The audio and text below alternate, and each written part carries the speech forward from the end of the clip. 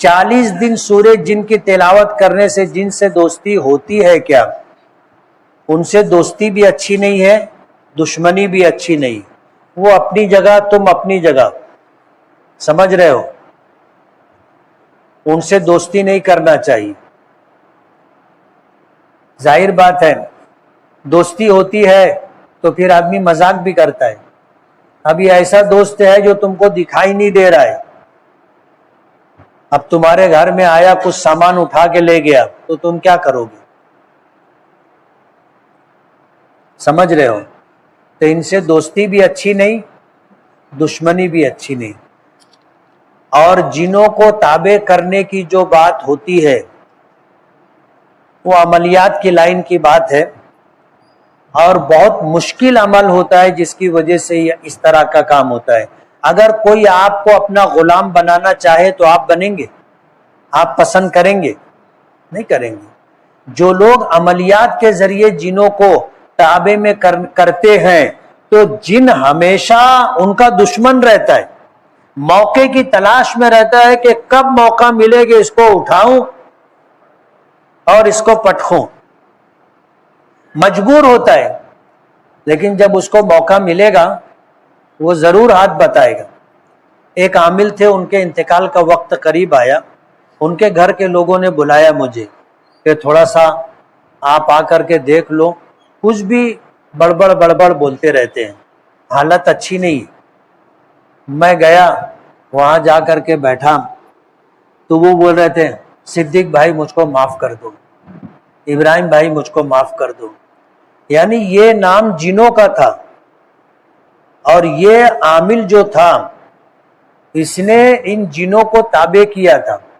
اب جب یہ معمولات پورے نہیں کر سکا، پاکی ناپاکی میں کمزوری آ گئی، اب بستر پر ہے، پیشاب ہو گیا، کپڑے ناپاک ہو گئے، اب یہ آدمی بھی وضو سے نہیں ہے تو وہ اس کو تنگ کرتے تھے۔ میں پوچھا کہ یار جیسے ہوتا کیا ہے؟ بولے 1 منٹ بھی سو نہیں پاتے، آنکھ ایسے لگتی ہے کوئی ہلا دیتا ہے، آنکھ لگتی ہے کوئی ہلا دیتا ہے، آنکھ کھل جاتی۔ تو وہ بیچارے یہی بول رہے تھے کہ ابراہیم بھائی مجھ کو معاف کر دو، صدیق بھائی مجھ کو معاف کر دو۔ میں دیر تک بیٹھا رہا ہوں، وہ بیچارے یہی پریشانی میں تھے۔ تو کائے کو ایسا کام کرنے کا کہ زندگی کے آخری ایام پریشانی اور مصیبت میں گزرے۔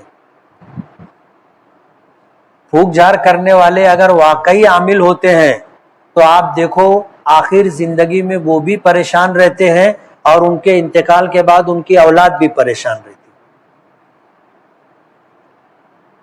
اس لیے یہ اچھا راستہ نہیں۔ انسان کو اپنی حفاظت کے لیے حضور نے جو دعائیں بتلائی ہیں، آیت الکرسی ہے، چاروں قل ہے، اور حدیث کی ماسورہ دعائیں، وہ روزانہ صبح اور شام پڑھنا چاہیے۔ اور جب شادی ہو جائے، شادی ہونے کے بعد اپنی بیوی کے قریب جاؤ اپنی ضرورت پوری کرنے کے لیے، تو بدن سے کپڑا ہٹانے سے پہلے دعا پڑھنی چاہیے جو حضور نے بتائی۔ عام طور پر لوگ اس کا تذکرہ نہیں کرتے۔ حضور نے فرمایا کہ میاں بیوی ہم بستری کرنے سے پہلے یہ دعا پڑھے، اللہم جنبنا الشیطان وجنب الشیطان ما رزقتنا، کہ اللہ ہمیں شیطان سے بچا، اور اس ملاقات کے ذریعے جو بچہ پیدا ہوگا اس کو بھی شیطان اور اس کے شر سے بچا۔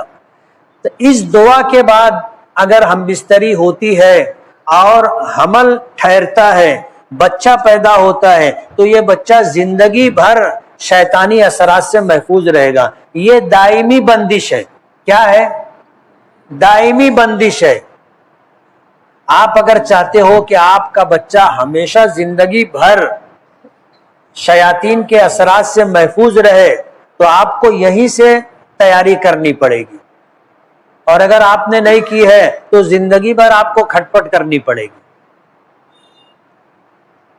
بسم اللہ اللہم جنبنا الشیطان وجنب الشیطان ما رزقتنا، یہ دعا پڑھنی چاہیے۔ یہ بچوں کی حفاظت کا دائمی عمل۔